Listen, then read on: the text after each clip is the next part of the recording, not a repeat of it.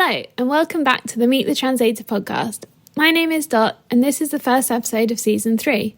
In this season, I'll be chatting to a variety of translators about a variety of topics which should hopefully be helpful for other translators. Today, I'm joined by Kelsey Frick, and we're starting off with an episode on personal branding. Kelsey's going to be talking about what a personal brand is, how to create one, and how it can benefit us as translators. She'll also share some great tips for anyone who wants to build up their online presence. And towards the end of the episode, we'll have a little chat about the talk we'll be giving at the ITI conference next year.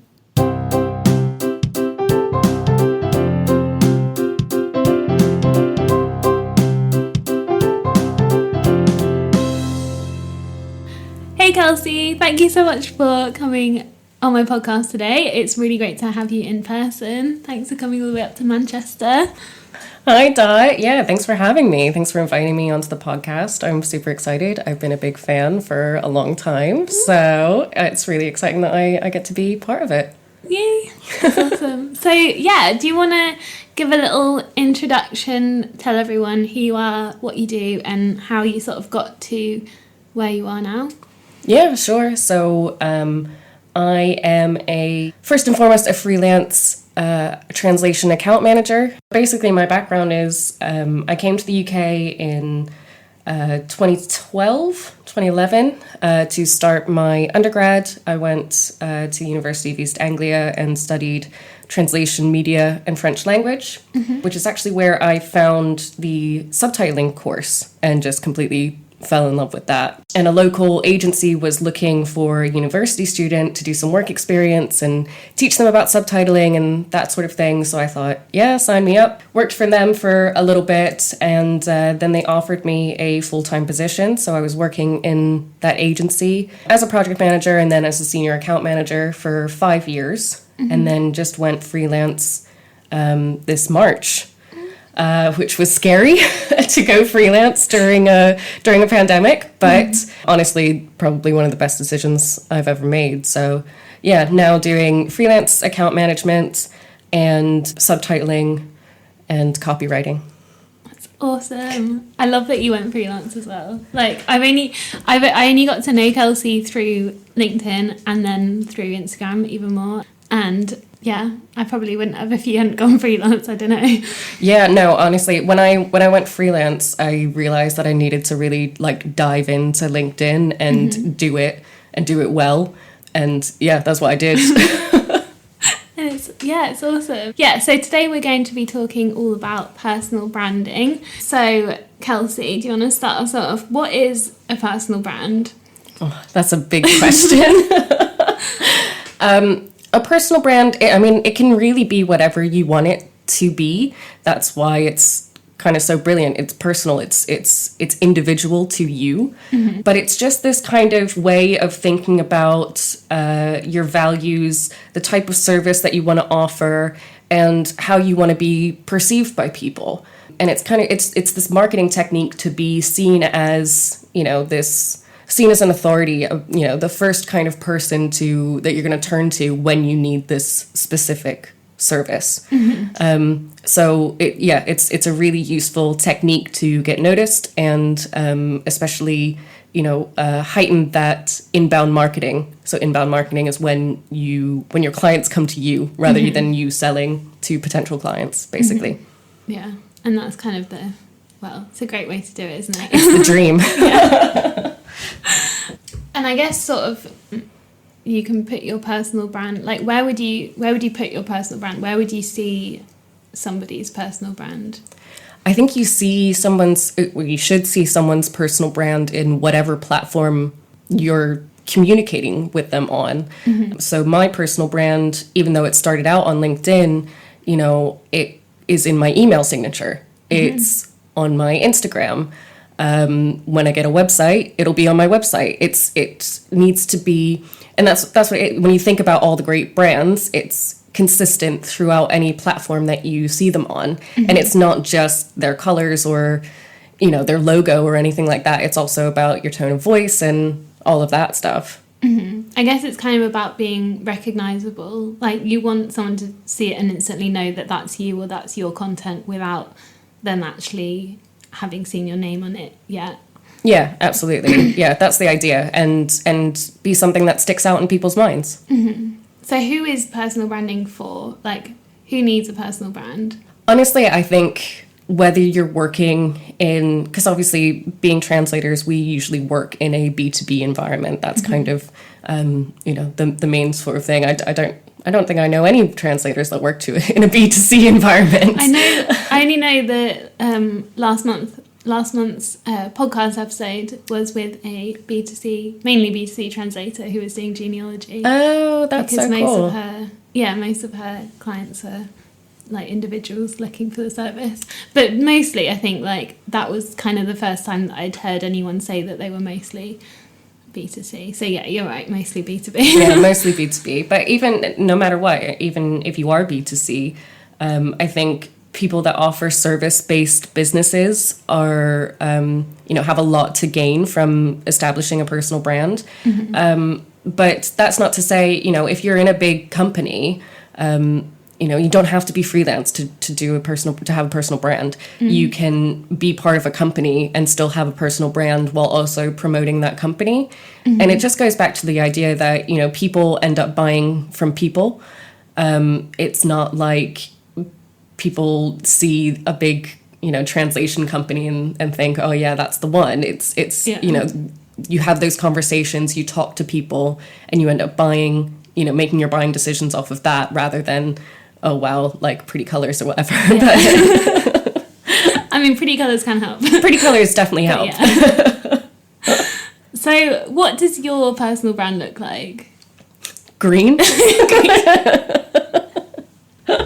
Your personal brand is green. My personal brand is green. It's my favorite color, green. It's the green in my house. It's kind of accidental. Like, I do love green. Green is my favorite color, especially olive green and like light pastel-y greens and stuff.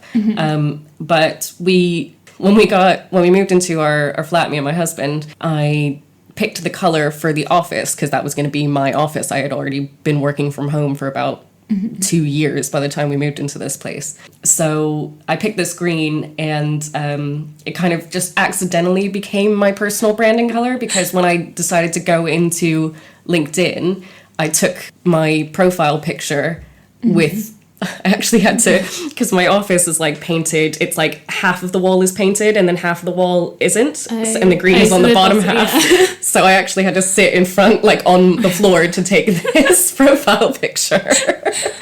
But it means that, like I was saying before, you put your personal brand into everything, and everything becomes consistent. So it's gotten to the point now where, I'll post a carousel post or something like that, or tips for translators or something. And before people see that it's posted by me, they'll see the green and they'll know, oh yeah, that's Kelsey's content, which is quite nice. It's pretty good. But not only is my personal brand green, that's just probably the most like visually obvious thing, but you actually, part of creating a personal brand is putting together some values about the kind of service that you offer and the kind of person that you are, because it's a personal thing. So I knew right away that, I had quite a lot of experience in the industry, but I was new to freelancing. So I wanted to help other translators who may just be starting out, especially because working in the agency, I kind of, it was a boutique agency. So when you're working for a boutique agency, you wear loads and loads of hats. So I was not only the account manager, but I was also the desktop publisher and the vendor manager and the accounts person and stuff like that. So because I had worked in all of these kind of areas within the industry, I felt like I had a lot of knowledge to share. And you don't really see the kinds of things like, how should you tailor your CV for, to get noticed by vendor managers, or, those types of things. So I wanted to be that kind of resource. I wanted to be open and helpful to anyone who needed it, really, because I always kind of went into this personal branding and this sphere with the idea that fellow translators, they're not my competition. They're my cheerleaders. They're my colleagues. There's more than enough good work out there for all of us. And I don't see anyone there's only a handful of people I know anyway with my language pair, obviously, that I'm close with. But that means, those are people that I can refer jobs onto. If I have too much work on, or it's not something that is in my, sphere or whatever, I go, oh, actually, I know someone who could handle this. Yeah. But it's also, by putting this helpful content out there, I might be able to share some new information with someone, and they might be able to share it on with someone that they know who's just entering the industry and stuff. So I'd rather just, give my knowledge away for free and help everybody else deliver a great service. So that's my main goal. Yeah.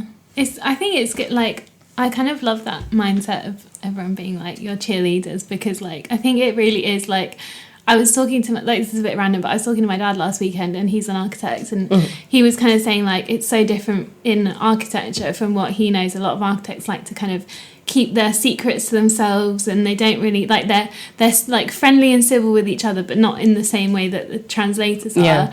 And like, I kind of came straight into this. I didn't really have any other different career before, so translation industry is kind of the only industry that I know. And like, I just love how friendly and welcoming everyone is, and like, you kind of feel like you can message anyone and ask for advice, or like, just kind of, everyone just refers jobs to each other. And I often get like, this person referred, like, or an email being like, oh, this person, like, said to email you or whatever, and it might be someone I've never even talked to, but they've seen me on LinkedIn, and that's kind of like nice. But it's like, I like how we can do that, and it's also makes it easy. I feel like it makes us have a better client relationship, because if we're working with a client and they really need us for something, but we're just not available, or we just can't do that specific thing, it's nice to be like, oh, but I know someone who can help you.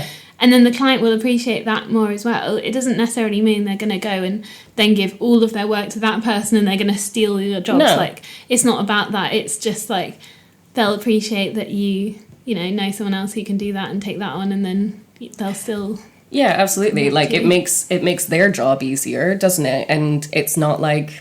Because if you think about it, someone's got to do that work. And if it's not going to be you, they're just going to find someone that you haven't recommended and that you've been less helpful for. You know, obviously don't recommend someone if you don't know anyone. But having that sort of, always coming from that place of wanting to be helpful. And because I feel like, especially in such a, traditionally remote profession that we're in, it's hard to...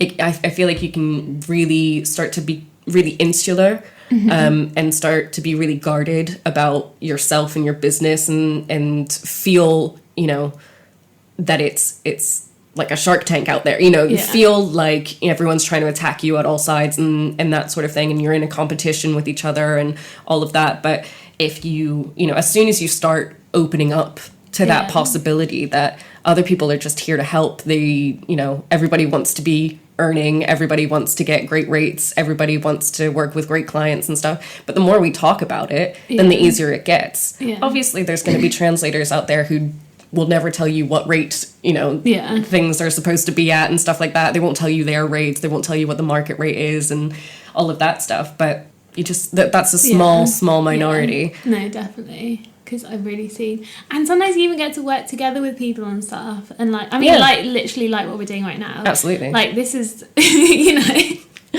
get to do cool stuff, like be on each other's podcasts, and like, it's great. Let's talk about personal branding specifically for translators then. So how can a translator benefit from having a personal brand? There's loads of benefits, and I don't think there are any downsides. What I will say is that before you start thinking about what your personal brand looks like, you need to definitely set some really key boundaries. You don't need to share your whole personal life as part of your personal brand. I definitely don't. I don't post pictures of my husband or anything like that.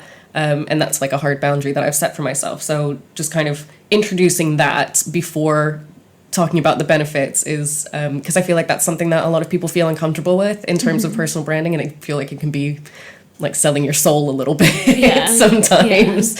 And I can say that absolutely it doesn't have to be that. But benefits, I mean, so it's part of my marketing strategy is this personal brand. And it means that because I put so much effort into it, I have, like I said, built this completely, my business is 100% inbound now. I don't sell to clients anymore. Clients come to me and ask me to work for them, which is, I'm really grateful. It's a really lucky place for me to be in. But that was, a lot of consistency and graft and, you got to work for it. But I think that's the main benefit is you get to start being choosy about your clients.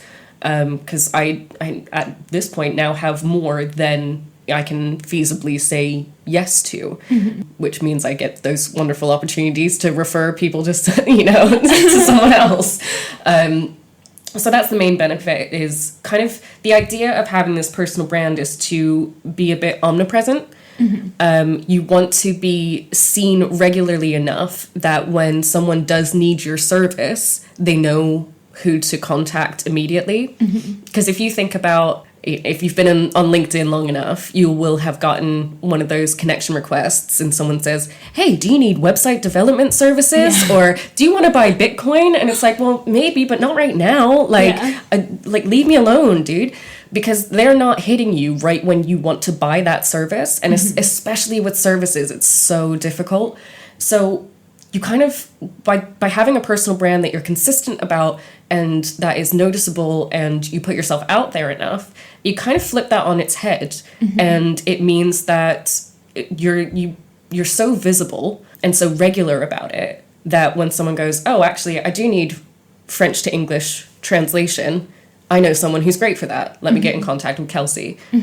So that's one of those things. You flip the whole thing on its head so that you don't have to do all of the cold selling and all of that, emailing your CV to God knows how many agencies and stuff, because it sometimes works. I'm not going to completely bash that, but it focuses your efforts on something that's going to be more long-term beneficial for you. And it also means that you attract the clients that you want and turn away the clients that you probably don't want to work with anyway. You tend to, you put out what you want to get back into the world. So if you have this personal brand, for instance, my personal brand is about being helpful. It's about being almost over-explanatory. It's about hand-holding. It's about treating people like people and not just, high vendor at the end of the email. So by extension, I then attract clients who also align with those values that I have and would want to work with me and find that an attractive quality in my personal brand and think, oh, I want to work with that person. So it's almost self-selecting and means that you attract way more high-quality clients that are perfect for you. And I guess it means you get to when you've got the time in between having work, you get to spend your time marketing yourself and creating content and stuff, rather than sending off all those applications to loads of agencies and stuff. I mean, personally, I prefer making TikTok videos and, posting on Insta stories, posting on LinkedIn. I prefer doing all that stuff than, to just looking for companies and applying. Absolutely. I if you fancy cold sending emails to loads of agencies, then maybe that's your bag, go for it. But I definitely prefer making TikToks to anything else, but I get it, because I feel like not everyone wants to put themselves out there in the same way. And I know you said about having boundaries and stuff, but we are still putting ourselves online, and some people prefer to do much less than that or barely be online at all, and that's completely fine. Everyone has something that works for them, but I just love I love making TikTok videos. I love making a fool of myself on the internet. It's so much fun. But on that point, there are loads of people that have stricter boundaries on their personal brand than I do, and still have great personal brands and still manage to have really a lot of success with their personal brands. So, what my boundaries are, what my personal brand looks like is not something to be, it doesn't need to be mimicked exactly or anything like that. Your personal brand, again, it's personal to you. So you can set whatever boundaries that you want on it. You don't have to talk about your family. You don't have to talk about where you live. You don't have to talk about, anything like that. But if you show up regularly and authentically like a real person and have conversations and engage with people, then that is what's going to carry you further. So it can really be whatever you want and whatever you're comfortable with. If you don't want to post video content, don't post video content. If you don't want to post pictures of yourself, don't post pictures of yourself. But you can still create this personal brand around what you're comfortable with. Yeah, that makes sense. Okay, here's the big question. How does one create a personal brand? That is the big question. Well, going back to what I said before, boundaries are key. Thinking about, where your lines are and what you want to share and what you don't want to share, and feeling really secure in them, because, like I said, your personal brand is all about you and what you're comfortable with. And if you end up pushing yourself in a direction that you're not comfortable with, you're not going to want to go back and be consistent with your personal branding if it makes you uncomfortable. So first and foremost, make sure that you have those boundaries in place, and that you're not pushing yourself too far out of your comfort zone, and just making sure that those are secure and you're happy with those. And that's not to say, those can evolve as well with your personal brand. Your personal brand is probably always going to be evolving. Mine is. Just based on the new work that you're doing, if you're pulled into a new service or anything like that. So don't feel like you need to be steadfast in things if you start feeling more comfortable with the idea of something else. But yeah, having those boundaries is really, really important. So that's definitely the first step. Then I would say start thinking about your values.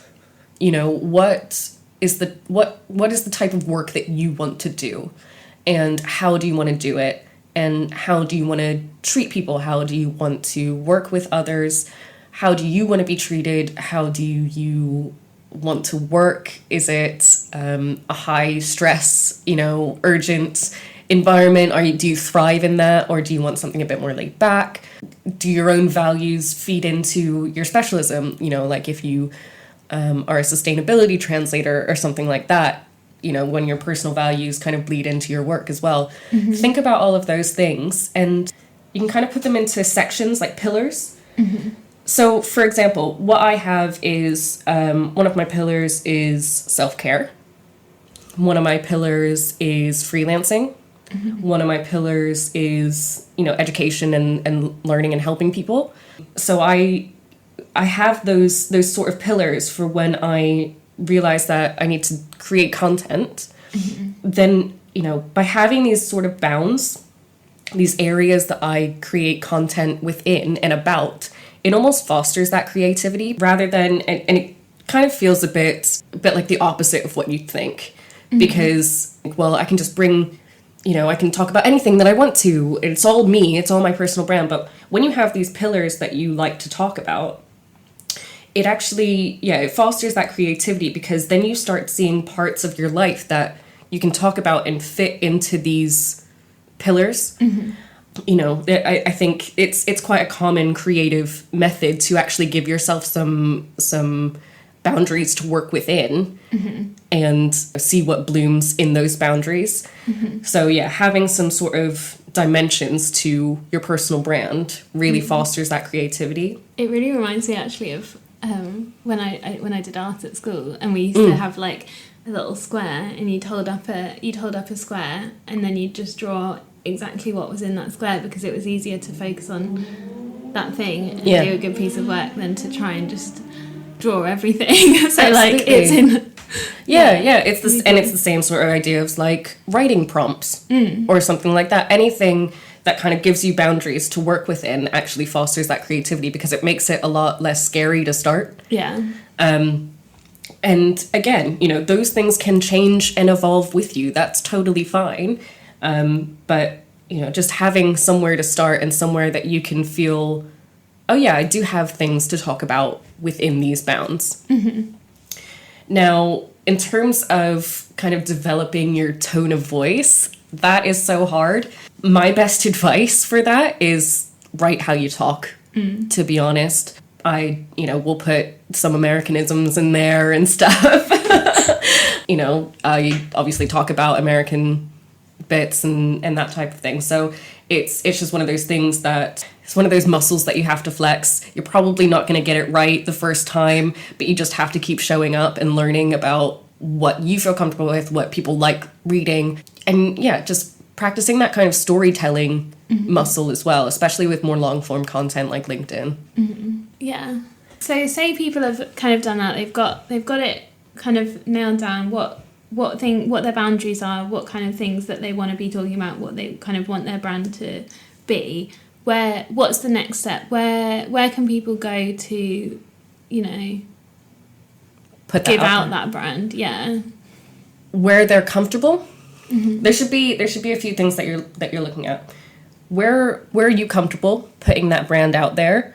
Are you more well versed on Twitter than you are on LinkedIn or something? Go to a platform that you're comfortable with. Also, you need to consider where your ideal clients hang out. My ideal clients hang out on LinkedIn, so that's where I am. I also kind of forced myself to learn LinkedIn because I knew what a good opportunity it had. And you also have to think about what is sustainable for you as well, because it kind of goes back to that whole thing. If you're uncomfortable doing something, then you're not going to want to keep doing it.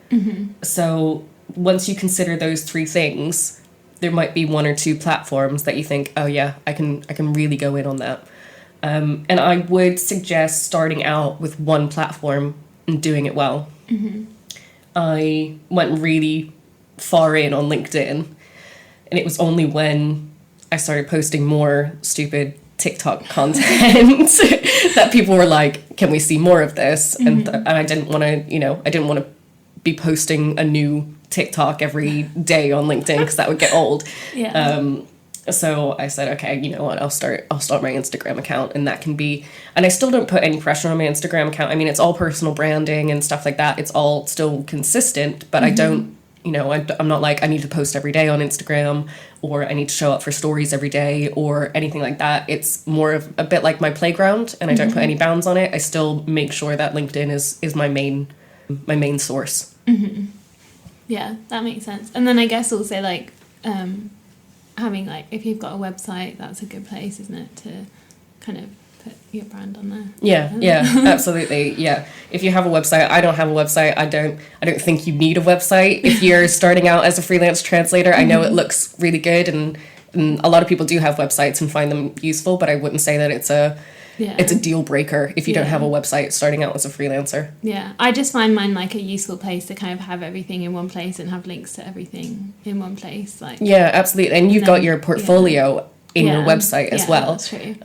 Which, you can also do as like a PDF or something if you don't have a website, but it's just helpful for you to be able to be like, check out my website. I can just be like, just look at, like, usually like when a client or like a potential new client asks me for my CV, I like send my CV, but like my CV has kind of, I feel like it's a very small view of what I actually do, because obviously you don't want to make it too long, but so I'm like, every time I send my CV, I'm like, but also check out my website to see more about like who I am and what I do, because I feel like then they can kind of go on it and they can, look at other things, like I've got my podcast linked on there and like, everything, and they can kind of just see it all in one place. But like, I mean, there are other things like if you've got like Linktree, you can just kind of have that and have everything, or I do the same thing.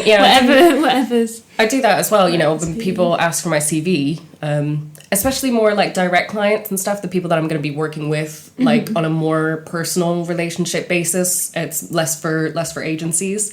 But I'll send them my CV, but I also say, look at my LinkedIn, because if you really want to know what I am about, like who I am, then my LinkedIn is going to give you a way better idea. But if you want to know what my qualifications look like, here's my CV. That's fine.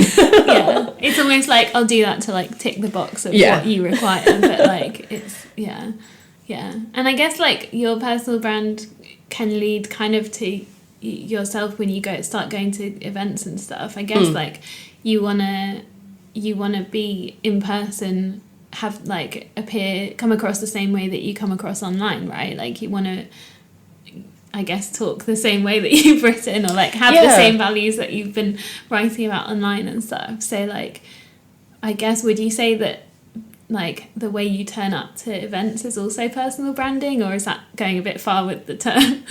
No, but I, you know, it's the idea of consistency. I think if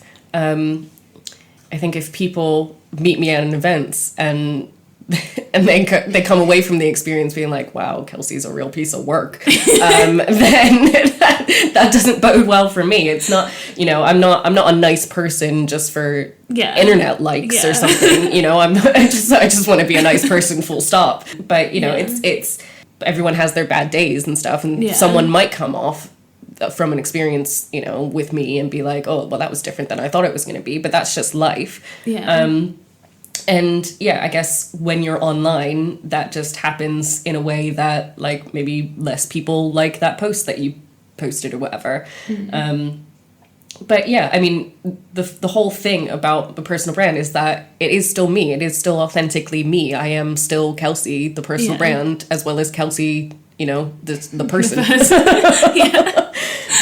So yeah, it's not, if you're completely changing your personality for your personal brand, you're doing it wrong. You're doing an impersonal brand. That would just be exhausting. Yeah, exactly. Because I'm just thinking about, like, I'm sure, like, you hear about people saying, like, oh, I met this celebrity and they were completely different to how I thought they were going to be, or, like, you know, all this kind of thing. And I know that's a different thing, like, we're not celebrities. but you don't want people to meet you and be like, oh, she's completely different to what I thought she was going to be like. Or like, but I was thinking about that when you asked the question. And I wonder if that's because people mistake people's roles, you know, because they're actors or something like that. Yeah, they mistake their roles, or if they're singing or whatever, their performances for themselves. And have this kind of idea of who this person is, and then they meet them and it's like, you know, never meet your heroes kind of thing. But yeah, it's separate to personal branding, because we're not acting as or you shouldn't be acting as anything but yourself. Just because I've set boundaries for what I share online does not mean that what I show up as is not me. You know? Yeah, exactly. Kind of like talking more about things to help translators, either new translators that are new into the field, or experienced translators that just want to kind of build up their online presence a bit more. What, like, tips and advice do you have for them? I would say, you know, go out there curious. You know, go out there into the world. If you don't know what LinkedIn looks like or how it works or something, just go in and show up as yourself and start talking to people. You know, use that search function and type in translator and start connecting with people. Send a note saying, hey, I want to expand my network. I'm a translator. I just want to, you know, hang out here and meet new people and that kind of stuff, and build a community. I think just being honest about your intentions when you're connecting with people and when you're engaging with people's content and stuff. It's like, obviously we're all here on LinkedIn to find work, but also I am here to build a nice community and you know, make some friends and stuff. So as long as you're showing up authentically and you know, being nice and showing up as you, then I think the community building and getting started after that becomes a lot easier. And then when you start, you know, looking into the whole thing of personal branding and stuff, that also becomes a lot easier as well. Another thing that I would say is that, it goes back to the idea of being comfortable. The reason that I started doing TikTok content on LinkedIn is because I knew I wanted to do video content, but I hated those talking heads that people did. That made I did not feel comfortable doing them. It felt forced for me. Not to say that anyone else doing them is doing them badly or whatever, but it was not for me. But making a fool of myself and lip syncing to something through like some TikTok content and making something relatable about, you know, a problem that a freelancer has or a translator has or something like that, that felt a lot more comfortable for me. What also didn't feel comfortable was then thinking, am I really going to post a TikTok on LinkedIn? Is this really what I'm going to do right now? But there was this little voice inside my head that thought, you know, just do it, just try it. And if it doesn't work, then that's one day of content where it didn't work and you don't have to worry about it anymore. And you just know. But if you try it and it goes great, then that's a whole new like route for you to be able to explore content wise. So I just did it. I posted one and people found it really hilarious. So I was like, okay, well, there we go. We've learned something new about this. Let's continue on. And so you kind of just have to, any idea you have is not a bad idea. It's only, you kind of catastrophize it in your head that you're going to have this worst case scenario thing if you do something that is slightly out of the bounds. But then, if everyone just stuck to their lane and did what they were supposed to do, then the world would be a pretty boring place and we wouldn't have these, innovations and stuff. So I'd say just do it once. Just try it. And if it doesn't work out, then no harm done. You just you pick yourself up and you start again with a new idea. Yeah. I mean, and the thing with LinkedIn as well is that LinkedIn kind of works in the way that, like, if your post starts doing well, it goes out to lots of people and it gets lots of interaction. If your post doesn't do very well, not many people will see it because it won't share it with a lot of people. So if you do something and it doesn't go very well, hardly anyone's going to see it, and then just pretend it didn't happen, move on, do something else. Like, it's not... LinkedIn isn't a place where it's still going to go out to everyone. Everyone's going to see that it's not doing well. Like, if it's not doing well, no one's going to see that. Yeah, absolutely. Yeah, the way that the algorithm works. And most social media websites, the way that the algorithm works, it just means that, if your post isn't doing well, especially with LinkedIn, you kind of have that, people call it the golden hour, where you first post something and then you have kind of that hour to maximize the engagement and maximize the reach. And that kind of sets you up for how well the post is going to do.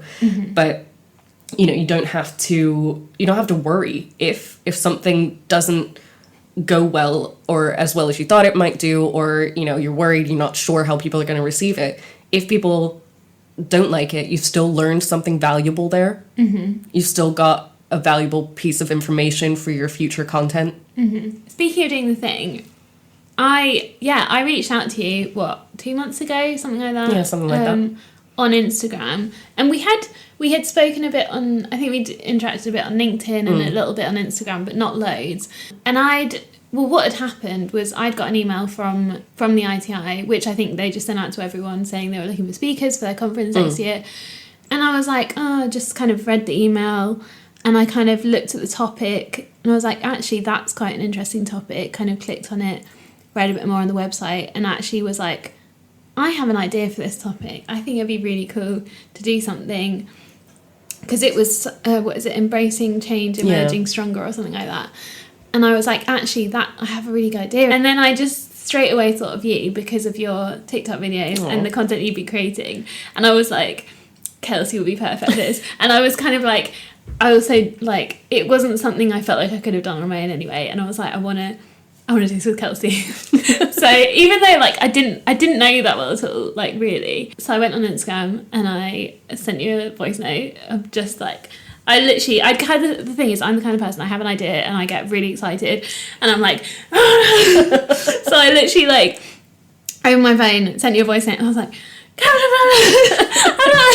had this idea, what do you think? And like, I'm imagining that you were just like, whoa, what's going on here? But, like, I was like, I'm just going to reach out to you, see what happens. And, like, I mean, that was kind of the start of doing the thing. And then it, like... it got out of hand. No. But I on that point, like, I hope that you felt comfortable reaching out to me because you knew what my personal brand was like. Yeah. And that's why you kind of have that, you're not afraid to approach me like I'm some sort of untouchable person on LinkedIn, like, doing stuff. So I was so happy when I heard the voice notes, if a little confused at first.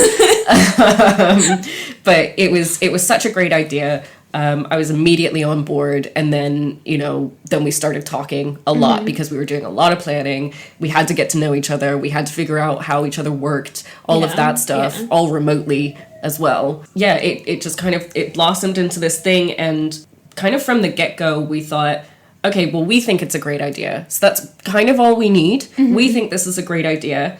We'll submit it to the ITI. Yeah. And, if it gets rejected, then we can do it we can do a webinar, we can do whatever. It doesn't really matter. We can do something with it. If the ITI accepts it, Yeah. then we're speaking at the Yeah. ITI. But we were literally like, because I was kind of like, I don't know if, like, I don't know what they'll think, I don't know, like, what, but we were kind of like, well, we might as well apply. There's literally nothing lost. Nothing to lose. Nothing to lose if we apply. Like, even the time that we spent preparing it, we were kind of like, well, we can use this for something else if they decide not to go with us or whatever. So we were just like, let's just do it, apply, and we did, and they, you know, they were like, yeah, please. They said yes. They said yes. Like, yeah, we couldn't believe our eyes when we got the email, huh? I was like, well, they sent you the email first. They sent me the email. They kept forgetting to CC Kelsey into the email. So they sent me the email, and I was like, oh my god, I think I probably sent you another. Yeah, you texted me first. I found out from your text. I like sent it probably like capital letters, like, oh my god, and you were like, what? I was like, what happened? And I was probably like squealing in a voice. Yeah, we were very excited. We were like, oh my god, but I was also like, it was like, oh my god, excitement, but also like, oh my god, we're doing this. Yeah, like, yeah, absolutely. But like, there were so many, like, even though we felt quite secure in the fact that like we were, you know, we thought this was a great idea, we want to do this talk, even if the ITI says no, we'll do it somewhere else. But like, there were definitely doubts as we were going on. Like, are we professional enough to do this? There was this imposter syndrome that was definitely going through both of us. Like, you know, we're going to be speaking at this prestigious conference, industry conference. You know, are they going to want people that make TikTok videos or, you know, make a fool of themselves on camera and, you know, that style of marketing? How is that going to be perceived? But we thought, you know, if we try and tone it down, then that's going to be that's not going to be us, and it's going to completely undermine the idea of the talk of you know, embracing that change and you know, emerging stronger and having these new marketing techniques and stuff. So we decided that we were going to show up fully as ourselves, as, you know, as we had been showing up, and, you know, as the professionals that we are, because we are professionals. Just because we make TikTok videos doesn't mean that we're not professionals. Just because, you know, you started a podcast or anything, that's all. We are professionals, and therefore the things that we do are professional things. And if they work for us, then, you know, who's to tell us that they're wrong? Exactly. So if they thought, oh, there's no way we're having these girls on, then, you know, it kind of goes back to the idea of, like, you know, that self-selecting.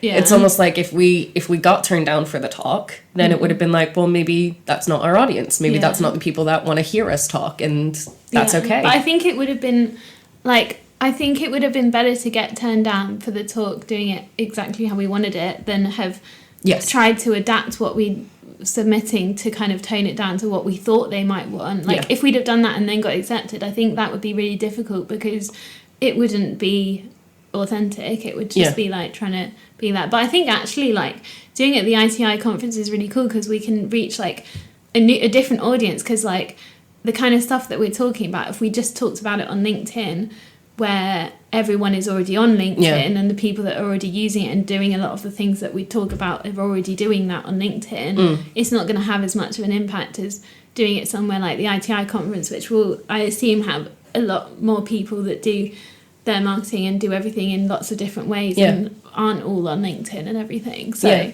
that's really cool. So should we just kind of do a little plug and kind of say exactly what this is that we're talking about, what we're doing, and how you can come if you want to. So Dot and I will be speaking at the ITI conference 2022. It is going to be May 31st and June 1st in Brighton, in the south of England.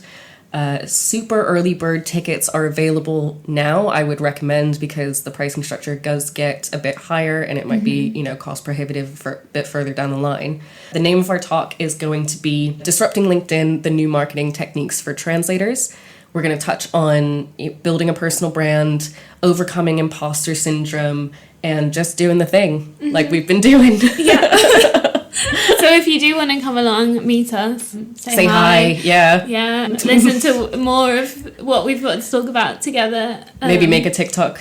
Make a TikTok with us. Honestly, if anyone comes up to us and asks to make a TikTok with us, please. I would love to. We will say yes. We will be making TikTok. I am very sure we're going to be making TikToks at the conference. 100%. But even, like, the thing is, I think the ITI loves it, because, like, because we announced that we were doing this conference Via TikTok. with a TikTok. Yeah. We made a TikTok video kind of doing like high fives and telling people that that's what we're doing. And I posted it on LinkedIn. We both posted it on LinkedIn, and the ITI commented on it being like, will you be doing a dance as part of your talk? And it was like, I love that they did that, because it was like, oh, they would actually, I mean, I don't think we're going to do a dance as part of our talk. Never say never.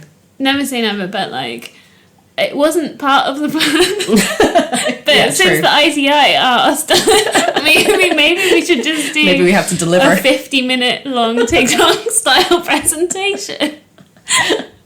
The whole presentation is memes. The whole presentation we're like doing, I don't know. But we need to well, this is the thing, because our talk is about the new marketing techniques, and it's still half a year away. Yeah. We kind of have to wait to finalize everything as well, because there might be a brand new social network by then. Exploding, and we just don't know. So we can't just do it. If we just did created the whole thing now, it's probably not going to be relevant in 6 months' time. It'd be completely out of date. So watch out for that. We're going to make sure that it is the most up to date information, and from what we've experienced, from what we can see, and that kind of stuff. Hope to see you there.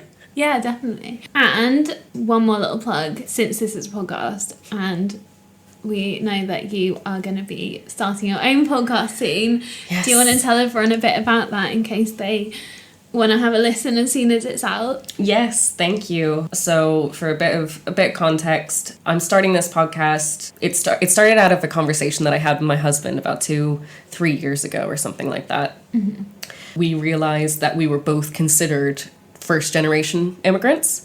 I'm an immigrant from the US, and he's the child of immigrants. And we thought it was so weird that we were both considered first-generation because our experiences were so completely different. Mm-hmm. So that's kind of the premise. That's what we thought of. And so the idea is to go and interview immigrants and children of immigrants and get them to tell their stories, and bring that to light. And I don't want to be, one of the boundaries is I don't want to be interviewing famous people who are immigrants or children of immigrants. I want to be interviewing the everyday people, that work and paying their taxes and finding somewhere to live, and those kind of experience, while also going through like a visa process or having to be an interpreter for their parents, or those types of things, those types of everyday experiences. So I'm currently going through mentorship about that now. A little plug for the marketing meetup. Thank you so much for the opportunity. I applied for a grant to get this podcast off the ground, and I've been very generously awarded the first opportunity to get this grant and to use it to develop a podcast. Mm-hmm. So I'm very, very grateful for that. And it's in the works. Mm-hmm. Keep an eye out on my socials, and that will be hopefully launched within the next few months. That's so exciting. I can't wait. I can't wait to hear your podcast. Yeah, is there anything else that you want to say on the topic of personal branding or anything else? No, I think the main thing that I want people to take away from personal branding is that it can be whatever you want it to be. Mm-hmm. As long as it's completely you, and as long as you are respecting your own boundaries, mm-hmm. it can look however you want it to look. Mm-hmm. And there's a lot to gain from it. Mm-hmm. It sounds scary. It looks scary. I know.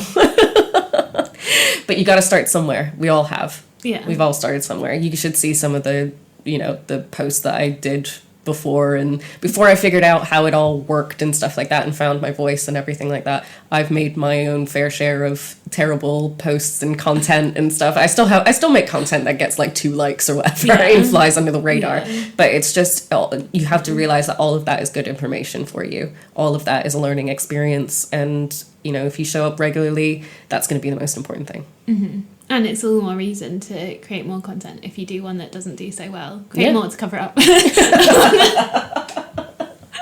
If you just then stop there, that's going to be the last thing. Yeah, exactly. Anyone see. That's true. Just create more of it all. No one bury it. Yeah. So if anyone does want to get in touch with you because they've got more questions for you, or they just want to, follow you, see what you get up to, where can they do that? How can they find you? So the main one is LinkedIn. You can find me at Kelsey Frick. Yes, that is really my surname. But if you want, so LinkedIn is where I post most of my professional content, a lot of my, kind of helpful, thought piece kind of content, that type of thing. Mm-hmm. If you want something a little bit more personal, a little bit more, me in front of the camera talking to you kind of thing, then you can follow my Instagram at Frickin Freelance. So that's FRICKIN freelance. And and send me a message, send me a connection request, say hello, all of that stuff. I love to talk to literally anyone that sends me a message. It's probably annoying for them, so... I love that. Cool. Well, thank you so much, Kelsey. Thank for, you. Coming all the way here, being on my podcast, and sharing your wisdom with everybody. Thanks so much for having me, Dot. It's been so much fun to do this, and now we're going to go and laugh about everything. Yes! Thanks for listening to this Meet the Translator podcast episode on personal branding. I hope you enjoyed it and found it useful. Thanks again to Kelsey for joining me today. Make sure to check out the show notes for links and contact details for Kelsey. And if you've got any questions or comments about the series, send an email to meetthetranslator@gmail.com.